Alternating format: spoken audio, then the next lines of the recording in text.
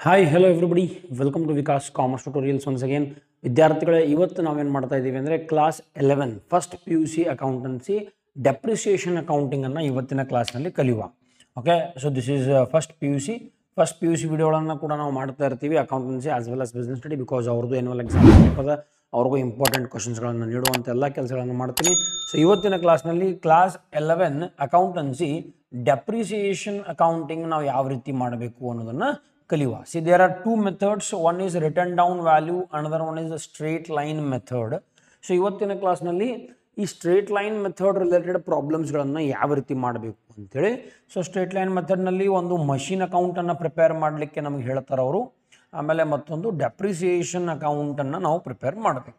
So ಎರಡು ಅಕೌಂಟ್ಸ್ಗಳನ್ನು prepare ಮಾಡಲಿಕ್ಕೆ ನಮಗೆ 12 ಮಾರ್ಕ್ಸ್ಗಳನ್ನು ಕೊಡ್ತಾರೆ. ಸೊ 9 ಮತ್ತು 3 ಅಂತೇಳಿ ಬೈಫರ್ಕೇಟ್ ಮಾಡ್ತಾರೆ. ಮಷಿನ್ ಅಕೌಂಟ್ಗೆ 9 ಮಾರ್ಕ್ಸ್, ಆಮೇಲೆ ಡೆಪ್ರಿಸಿಯೇಷನ್ ಅಕೌಂಟ್ಗೆ 3 marks. So machine account prepare ಮಾಡೋದು very very important. So straight line method ಮೇಲೆ ಡೆಪ್ರಿಸಿಯೇಷನ್ ಅಕೌಂಟ್, ಮಷಿನ್ ಅಕೌಂಟ್ ಯಾವ ರೀತಿ ಮಾಡಬೇಕು ಅನ್ನೋದನ್ನು ಇವತ್ತಿನ ಕ್ಲಾಸ್ನಲ್ಲಿ ಚರ್ಚೆ ಮಾಡೋಣ. ಮೊದಲಿಗೆ ಡೆಪ್ರಿಸಿಯೇಷನ್ ಅಂದರೆ reduction in the value of assets. Value of assets ಕಡಿಮೆ ಆಗ್ತಾ ಇದ್ರೆ that is called as depreciation. ಕರೆಕ್ಟಾ? ಒಂದು ಪರ್ಸೆಂಟೇಜನ್ನು ಕೊಟ್ಟಿರ್ತಾರೆ, ಆ ಅಮೌಂಟ್ ಮೇಲೆ, ಆ ಮಷೀನಿನ ಅಮೌಂಟ್ ಮೇಲೆ ಆ ಪರ್ಸೆಂಟೇಜನ್ನು ಅಪ್ಲೈ ಮಾಡಬೇಕು, ಆಮೇಲೆ ಡೆಪ್ರಿಸಿಯೇಷನ್ನ ಫೈಂಡ್ ಔಟ್ ಮಾಡಬೇಕು. ಆಮೇಲೆ ಇಲ್ಲಿ ಕೆಲವೊಂದಿಷ್ಟು ಸನ್ನಿವೇಶ ಸಂದರ್ಭಗಳು ಬರ್ತಾವೆ, ಅವುಗಳನ್ನು ಪ್ರಾಬ್ಲಮನ್ನು ಸಾಲ್ವ್ ಮಾಡ್ಕೊತ ನಾನು ನಿಮಗೆ ಇವತ್ತಿನ ಕ್ಲಾಸ್ನಲ್ಲಿ ಟೀಚ್ ಮಾಡ್ತೀನಿ. ಸೊ ವಿಡಿಯೋನ ಸ್ಕಿಪ್ ಮಾಡದೆ ಕೊನೆ ತನಕ ನೋಡಬೇಕಾಗ್ತದೆ. ಆ ಪ್ರಾಬ್ಲಮನ್ನು ನಿಮ್ಮ ಅಪ್ಡೇಟೆಡ್ ಹೊಸ ಕ್ವಶನ್ ಬ್ಯಾಂಕ್ನಲ್ಲಿರುವಂತಹ ಒಂದು ಡೆಪ್ರಿಸಿಯೇಷನ್ ಪ್ರಾಬ್ಲಮನ್ನು ನಾವು ಇವತ್ತಿನ ಕ್ಲಾಸ್ನಲ್ಲಿ ಸಾಲ್ವ್ ಮಾಡುವ. So let us start our today's session. Welcome to Vikas commerce tutorials.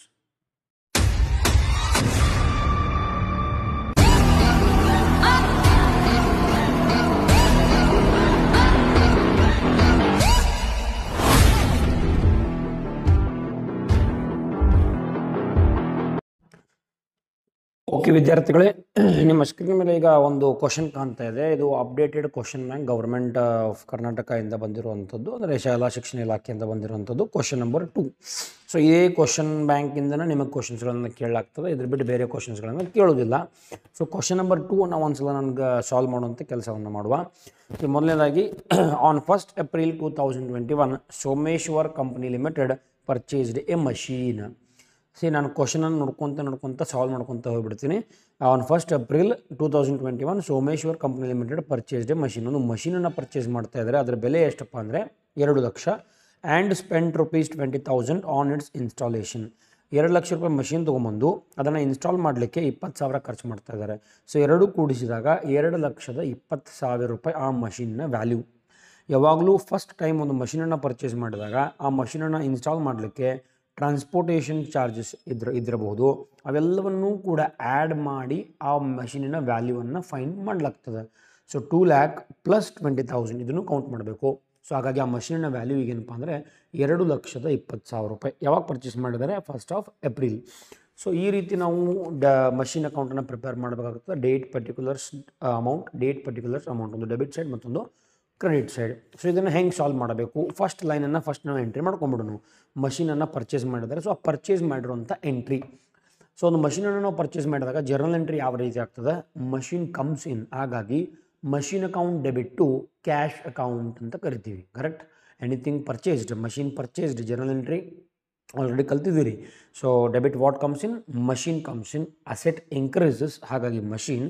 And machine ತೊಗೊಂಡು ಬಂದಾಗ ನಾವು ಕ್ಯಾಶ್ ಅಥವಾ ಬ್ಯಾಂಕ್ ಚೆಕ್ಕನ್ನು ಕೊಡ್ತೀವಿ, ಆವಾಗ ಮತ್ತೊಂದು ಅಸೆಟ್ ಡಿಕ್ರೀಸ್ ಆಗ್ತದೆ, ಕ್ಯಾಶ್ ಗೋಸ್ ಔಟ್. ಹಾಗಾಗಿ machine account debit to cash ಅಂತ ಕರಿತೀವಿ, ಆರ್ ಬ್ಯಾಂಕ್ ಅಕೌಂಟ್. ಸೊ ಎರಡು ಬರಿಬಹುದು. ಯಾವ ಡೇಟ್ಗೆ ಪರ್ಚೇಸ್ ಮಾಡಿದ್ದಾರೆ? 1st April 2021. ಸೊ ಆ ಡೇಟನ್ನು ಹಾಕಬೇಕು. To cash or bank. Machine ಈಗ ಪರ್ಚೇಸ್ ಮಾಡಿದ್ವಿ, ಸೊ ಬ್ರಾಕೆಟ್ನಲ್ಲಿ ನೀವು ಬರಿಬಹುದು ಪರ್ಚೇಸ್ ಆಫ್ ಫಸ್ಟ್ ಮಷೀನ್, ಈ ರೀತಿ ಬ್ರ್ಯಾಕೆಟ್ನಲ್ಲಿ ಬರಿಬೇಕು.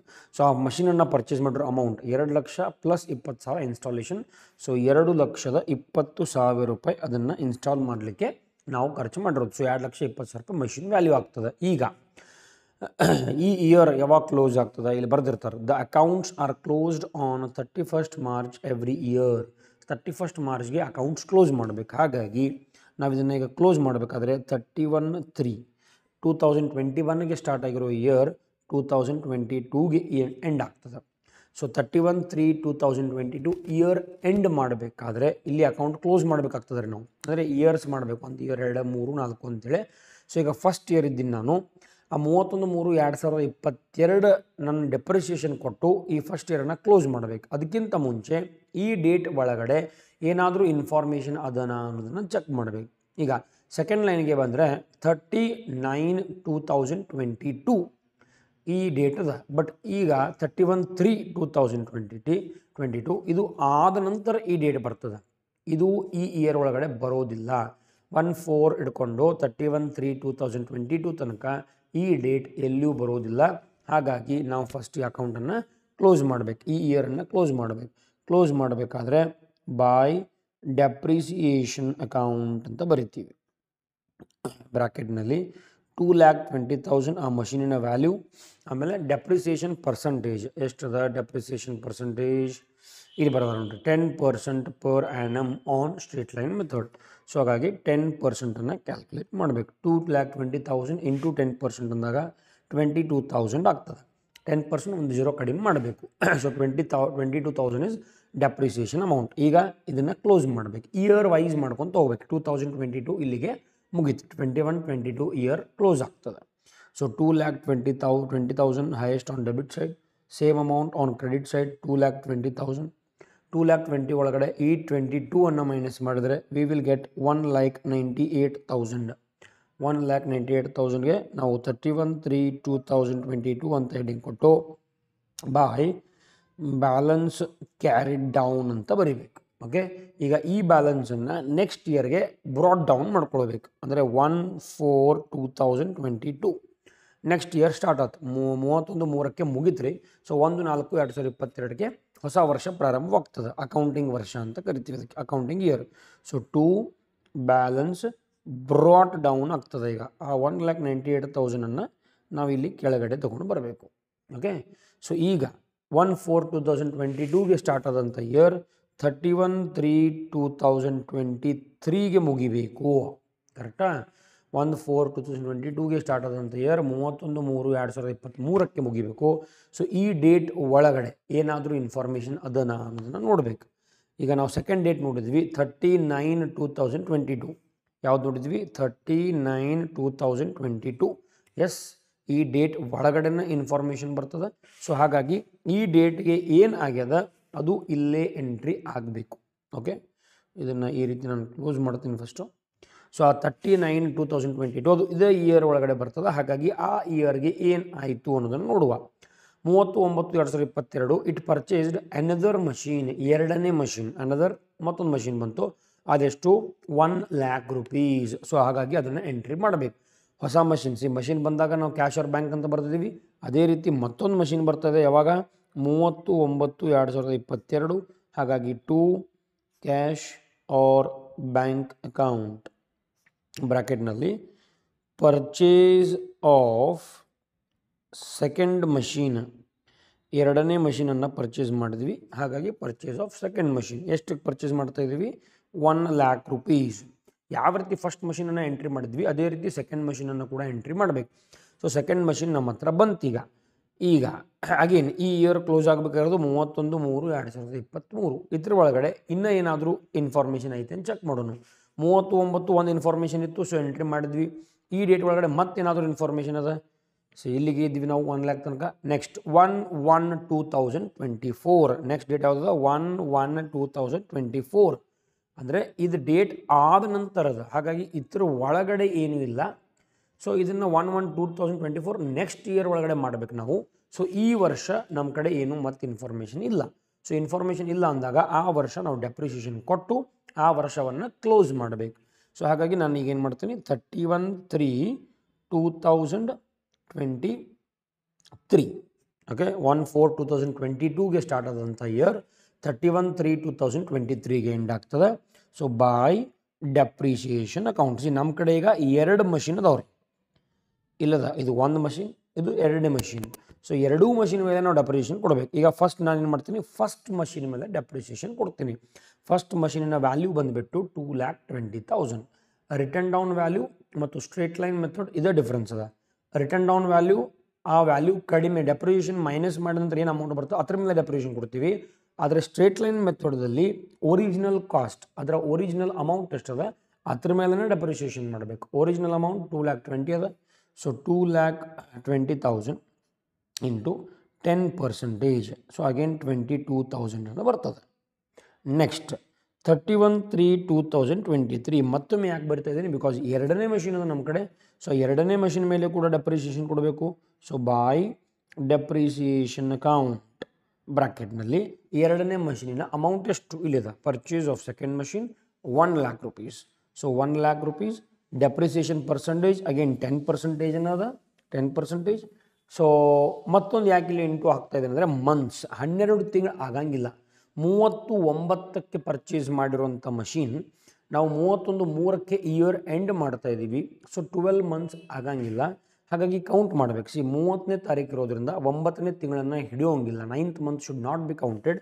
Month number 10, month number 11, month number 12, month number 1, month number 2 and month number 3. Because 31/3ಗೆ ಮುಗಿತಾ ಇದೆ. ಹಾಗಾಗಿ 3 1 2 3 4 5 6 months ಆಗ್ತದೆ. ಹಾಗಾಗಿ 6 divided by 12 which will come to 5,000 rupees. Okay, 1,00,000 rupees into 10 divided by 100 into 6 divided by 12 5,000 rupees ಬರ್ತದೆ. So 5,000 ಇದು ಎರಡನೇ machine ಮೇಲೆ ಕೊಟ್ಟಿರೋ depreciation. First machine depreciation, second machine depreciation. So ಈಗ ಅಕೌಂಟನ್ನು ನಾವೇನು ಮಾಡಬೇಕಪ್ಪ ಅಂದರೆ ಕ್ಲೋಸ್ ಮಾಡಬೇಕು ರೀ. ಓಕೆ, ಈ ಸೆಕೆಂಡ್ ಇಯರನ್ನು ಕ್ಲೋಸ್ ಮಾಡಬೇಕು.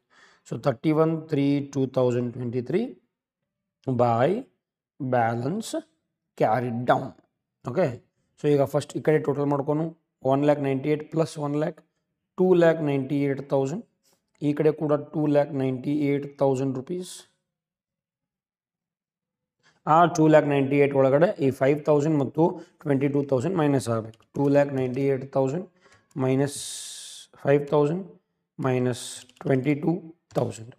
2,71,000 is our balancing figure. 2,71,000. So ಈ 2,71,000 ನೆಕ್ಸ್ಟ್ ಇಯರ್ಗೆ ಕ್ಯಾರಿ ಫಾರ್ವರ್ಡ್ ಆಗಬೇಕೀಗ. ಸೊ 31/3ಗೆ ಕಂಪ್ಲೀಟ್ ಆಗ್ತಾ ಇದೆ. 1/4ಗೆ ಸ್ಟಾರ್ಟ್ ಆಗ್ತದೆ ಮತ್ತೆ. So 2 balance brought down 2,71,000. Is it clear? ಈಗ 1/4ಗೆ ಸ್ಟಾರ್ಟ್ ಆಗಿರೋ ಇಯರ್ ಅಗೇನ್ 31/3/2023 ಅದ. ಸೊ 2024ಗೆ ಮುಗಿಬೇಕು. ಕರೆಕ್ಟಾ? ಈಗ ಈ ಡೇಟ್ ಒಳಗಡೆ ಏನಾದರೂ ಇನ್ಫಾರ್ಮೇಷನ್ ಅದನ್ನ ಅನ್ನೋದನ್ನು ಚೆಕ್ ಮಾಡಬೇಕು. ನಾವು ಲಾಸ್ಟ್ ಟೈಮ್ ನೋಡಿದಂಗೆ ಇಲ್ಲಿ 1/1/2024 ಅಂತ ಇತ್ತು. ಸೊ 31/3/2024 ಒಳಗಡೆನೇ ಈ ಡೇಟ್ ಬರ್ತದೆ. ಹಾಗಾಗಿ ಈ ಡೇಟ್ಗೆ ಏನು ಇನ್ಫಾರ್ಮೇಷನ್ ಅದ ಅನ್ನೋದನ್ನು ಚೆಕ್ ಮಾಡಬೇಕು. On 1/1/2024 it sold the machine which was purchased on 39/2022 for ₹90,000. ಇಲ್ಲಿ ಏನು ಹೇಳ್ತಾ ಇದ್ದಾರೆ ಅಂದರೆ 1/1/2024ಕ್ಕೆ ಆ ಕಂಪ್ನಿ ಏನು ಮಾಡ್ತಾ ಇದೆ, ಮಷೀನನ್ನು ಮಾರ್ತಾ ಇದೆ. ಈಗ ಮಾರ್ತಾ ಇದೆ ಅಂದಾಗ ಕನ್ಫ್ಯೂಸ್ ಆಗ್ತದೆ. ಬಿಕಾಸ್ 2 ಮಷೀನ್ ಅದಾವ್ರಿ ಸರ್ ನಮ್ಮ ಕಡೆ. ಯಾವ ಮಷೀನನ್ನು ಮಾರ್ತಾ ಇದ್ದಾರೆ? 30/9ಕ್ಕೆ ಪರ್ಚೇಸ್ ಮಾಡಿರೋ ಮಷೀನ್. ಈಗ 30/9ಕ್ಕೆ ಪರ್ಚೇಸ್ ಮಾಡಿರೋ ಮಷೀನ್ ಯಾವುದು? Second machine. ಹಾಗಾಗಿ ಅವ್ರು ಇಲ್ಲಿ ಮಾರ್ತಾ ಇರೋ ಮಷೀನ್ ಯಾವುದಪ್ಪ ಅಂದರೆ ಎರಡನೇ ಮಷೀನನ್ನು ಮಾರ್ತಾ ಇದ್ದಾರೆ.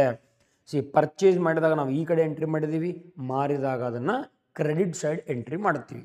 ಒಂದು ವಿಷಯವನ್ನು ನೆನಪಿಟ್ಕೊಳ್ಬೇಕು, ಮಾರುವಕ್ಕಿಂತ ಮುಂಚೆ ನೀವು ಒಂದು ಕೆಲಸ ಮಾಡಬೇಕು, ಮಾರಿದ ನಂತರ ಒಂದು ಕೆಲಸ ಮಾಡಬೇಕು. ಮಾರಿದಕ್ಕಿಂತ ಮುಂಚೆ ನೀವು ಡೆಪ್ರಿಸಿಯೇಷನನ್ನು ಕೊಡಬೇಕಾಗ್ತದೆ. ಮಾರಿದ ನಂತರ ಪ್ರಾಫಿಟ್ ಆಯಿತು ಅಥವಾ ಲಾಸ್ ಆಯಿತು ಅನ್ನೋದನ್ನು ಚೆಕ್ ಮಾಡಬೇಕು. ಈಗ ಯಾವ ಡೇಟ್ಗೆ? 1/1/2024ಗೆ ಅವರು ಸೇಲ್ ಮಾಡಿದ್ದಾರೆ. ಸೊ ಸೇಲ್ ಮಾಡುವಂತಹ ದಿನದಿಂದ ದಿನದ ತನಕ ನಾವು ಡೆಪ್ರಿಸಿಯೇಷನನ್ನು ಕೊಡಬೇಕು. So by depreciation account. Okay, ಇದು I am speaking about second machine. Because second machine ಆ ಇಯರ್ ಕ್ಲೋಸ್ ಆಗೋಕ್ಕಿಂತ ಮುಂಚೆನೇ ಹೋಗ್ತಾ ಇದೆ. ಇಯರ್ ಕ್ಲೋಸ್ ಆಗೋದು 31/3/2024.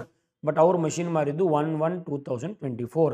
ಆ ಇಯರ್ ಕ್ಲೋಸ್ ಮಾಡೋಕ್ಕಿಂತ ಮುಂಚೆ ಸೊ ನಾವೇನು ಮಾಡಬೇಕು? ಡೆಪ್ರಿಸಿಯೇಷನನ್ನು ಕೊಡ್ತಾ ಇದ್ದೀವಿ. ಬಿಕಾಸ್ ಆ ಇಯರ್ ಕ್ಲೋಸ್ ಮಾಡೋಕ್ಕಿಂತ ಮುಂಚೆ ಆ ಮಷೀನನ್ನು ಅವರು ಸೇಲ್ ಮಾಡ್ತಾ ಇದ್ದಾರೆ. ಸೊ ಹಾಗಾಗಿ ಆ ಸೆಕೆಂಡ್ ಮಷೀನಿನ ವ್ಯಾಲ್ಯೂ ಎಷ್ಟಪ್ಪ ಅಂದರೆ 1,00,000. ಸೊ 1,00,000 rupees ಮೇಲೆ 10% ಮಾಡ್ತೀನಿ. ಅಗೇನ್ ಇಲ್ಲಿಂದ ಹಿಡ್ಕೊಂಡು ಈ ಡೇಟ್ ತನಕ 12 months ಆಗೋದಿಲ್ಲ.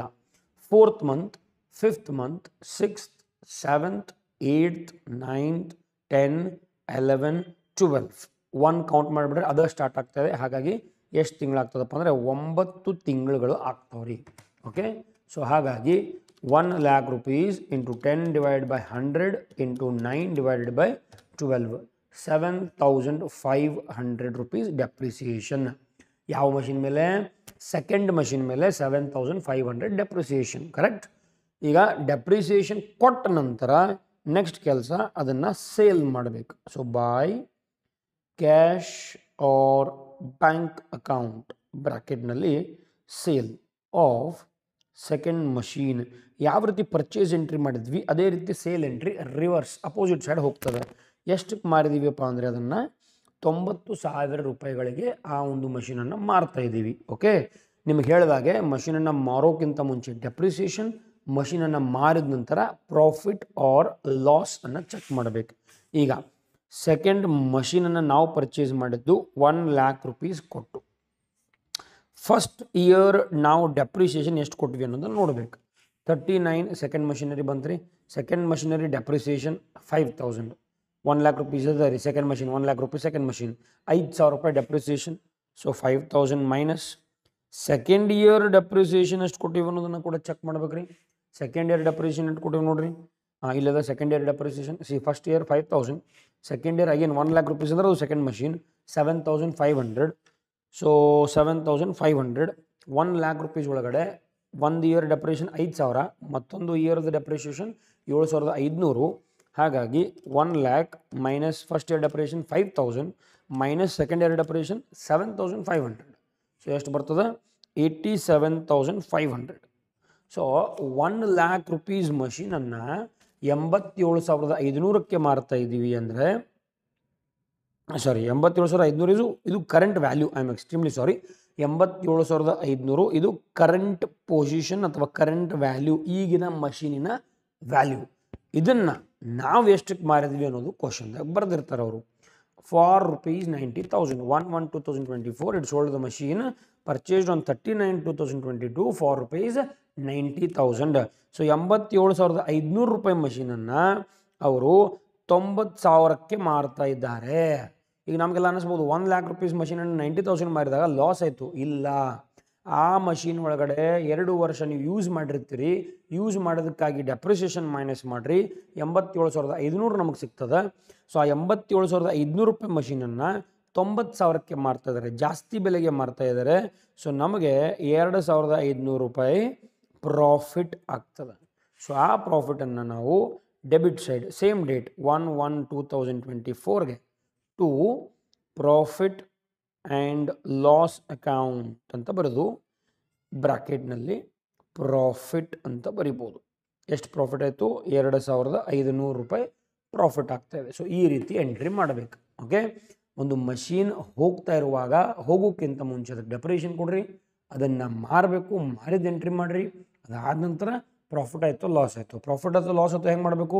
Original cost of the machine 1 lakh, first year depreciation minus second year depreciation minus we will get 87,500. ಅವರು ಮಾರಿದ್ದು 90, ಕಂಪ್ಯಾರಿಸನ್ ಮಾಡಿರಿ, ಜಾಸ್ತಿಗೆ ಮಾರಿದ್ದಾರೆ. ಸೊ ಪ್ರಾಫಿಟ್ ಆಗ್ತಾ ಇದೆ.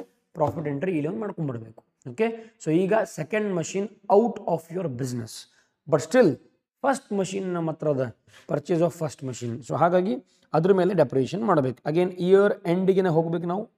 31/3/2024 ಆ ಇಯರ್ ಎಂಡ್ ಆಗೋ ಡೇಟ್ ಅದು. ಸೊ ಈಗ ಫಸ್ಟ್ ಮಷೀನ್ ಮೇಲೆ ಯಥಾ ಪ್ರಕಾರ ಡೆಪ್ರಿಸಿಯೇಷನ್ ಕೊಡಬೇಕು. ಸೊ ಬೈ ಡೆಪ್ರಿಸಿಯೇಷನ್ ಅಕೌಂಟ್ ಬ್ರಾಕೆಟ್ನಲ್ಲಿ first machine value 2,20,000, 10% rate of depreciation. So 22,000 value ಆಗ್ತದೆ. ನೆಕ್ಸ್ಟ್ 31/3/2024 ಆ ಇಯರನ್ನು ಕ್ಲೋಸ್ ಮಾಡಬೇಕು. So by balance carried down ಅದರದ್ದು ಅಮೌಂಟ್ ನೋಡುವ. 2,71,000 ಪ್ಲಸ್ 2,500, 2,73,500, 2,73,500 ಆನ್ ಬೋತ್ ಸೈಡ್ಸ್. ಈ 2,73,500 ಒಳಗಡೆ ಮೈನಸ್ 22,000 ಮೈನಸ್ 90,000 ಮೈನಸ್ 7,500 1,54,000 ರೂಪೀಸ್ ಬರ್ತಾ ಇದೆ. 1,54,000. ಈ ಆನ್ಸರ್ ನಿಮ್ಮ ಕ್ವಶನ್ ಬ್ಯಾಂಕ್ದಾಗ ಕೊಟ್ಟಿರ್ತಾರೆ ನೋಡ್ರಿ. ಇಲ್ಲದ ನೋಡ್ರಿ, balance of machine account on 31/3 31/3/2024 rupees 1,54,000 1,54,000. Okay, so ಈ ರೀತಿ ನಾವು ಮಷೀನ್ ಅಕೌಂಟನ್ನು ಮಾಡ್ತೀವಿ. ಈಗ ಡೆಪ್ರಿಸಿಯೇಷನ್ ಅಕೌಂಟ್ ಯಾವ ರೀತಿ ಮಾಡಬೇಕು? ಸಿಂಪಲ್ ಆಗಿ ವಿದೌಟ್ ಕಾಲಮ್ ನಿಮಗೆ ಹೇಳ್ಕೊಡ್ತೀನಿ. ಬಹಳ ಈಸಿ ಅದ ಡೆಪ್ರಿಸಿಯೇಷನ್ ಅಕೌಂಟ್ ಮಾಡೋದು. ಒಂದು ಸಲ ನಿಮ್ಮ ಮಷೀನ್ ಅಕೌಂಟ್ ಕರೆಕ್ಟ್ ಆದರೆ ಡೆಪ್ರಿಸಿಯೇಷನ್ ಅಕೌಂಟ್ ಇಮಿಡಿಯೇಟ್ಲಿ ನೀವು ಮಾಡ್ಬೋದು. Okay, DR and CR. ಈಗ ಮಷೀನ್ ಅಕೌಂಟ್ ಡೆಪ್ರಿಸಿಯೇಷನ್ ಯಾವ ಸೈಡ್ ಅದ? ಇಲ್ಲಿ ಕ್ರೆಡಿಟ್ ಸೈಡ್. ನೀವು ಡೆಬಿಟ್ ಸೈಡ್ ಬರಬೇಕು. ಯಾವ ಡೇಟ್ಗೆ? 31/3/2022 ಕ್ರೆಡಿಟ್ ಸೈಡ್ ಅದ. ಯಾವ ಅಕೌಂಟಿನ ಕ್ರೆಡಿಟ್ ಸೈಡ್? Machine account. ಹಾಗಾಗಿ ಇಲ್ಲಿ ಟು ಮಷೀನ್ ಅಕೌಂಟ್ ಅಂತ ಬರೀಬೇಕು. ಅಮೌಂಟ್ ಎಷ್ಟದ? 22,000. ಸೇಮ್ 22,000 rupees ತೊಗೋಬೇಕು. ಮುಗೀತು. ಇಷ್ಟ ರೀ, ಇಷ್ಟ. ಇದು ಫಸ್ಟ್ ಇಯರ್ ಮುಗೀತದ. ಸೊ ಟೋಟಲ್ ಮಾಡಿರಿ 22,000. ಇಲ್ಲಿಯೂ ಕೂಡ 22,000. ಈಗ ಈ ಅಮೌಂಟನ್ನು ಬೈ P&L ಅಕೌಂಟ್ ಅಂತ ಬರೋದು 22,000 ಟ್ಯಾಲಿ ಮಾಡ್ಕೊಂಬಿಡ್ಬೇಕು. ಈ ರೀತಿ ಮಾಡಬೇಕು ನೋಡ್ರಿ. Same date 31/3/2022. ಸೊ ಇದು ಫಸ್ಟ್ ಇಯರ್ ಡೆಪ್ರಿಷನ್ ಮುಗೀತು. ಈಗ ಸೆಕೆಂಡ್ ಇಯರ್ ಆಗೇನು ಕ್ರೆಡಿಟ್ ಸೈಡ್ ಅದ, ನಾವು ಮತ್ತೆ ಡೆಬಿಟ್ ಸೈಡ್ ಬರಬೇಕು. ಟು ಮಷೀನ್ ಅಕೌಂಟ್ ಅಂತ ಬರೀಬೇಕು. ಯಾವ ಡೇಟ್ ಅದ ನೋಡ್ರಿ ಇಲ್ಲಿ? 31/3/2023. ಸೊ ನಾವು ಕೂಡ ಇಲ್ಲಿ 31/3/2023 ಅಮೌಂಟ್ ಎಷ್ಟದ? 22. ಸೊ ನಾವು ಕೂಡ 22,000 ಬರುವ.